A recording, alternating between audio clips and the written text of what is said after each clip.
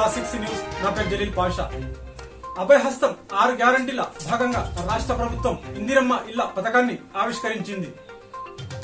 గృహ నిర్మాణ శాఖ మంత్రి పొంగులేటి శ్రీనివాసరెడ్డి ప్రాతినిధ్యం వహిస్తున్న ఉమ్మడి ఖమ్మం జిల్లా నుంచి ఈ పథకాన్ని ప్రారంభించిన CM Revanth Reddy, deputy CM Mallu Bhatti Vikramarka, IT శాఖ మంత్రి శ్రీధర్ బాబు, కోమటిరెడ్డి వెంకటరెడ్డి, కొండ సురేఖ, సీతక్క తదితరులు పాల్గొన్నారు.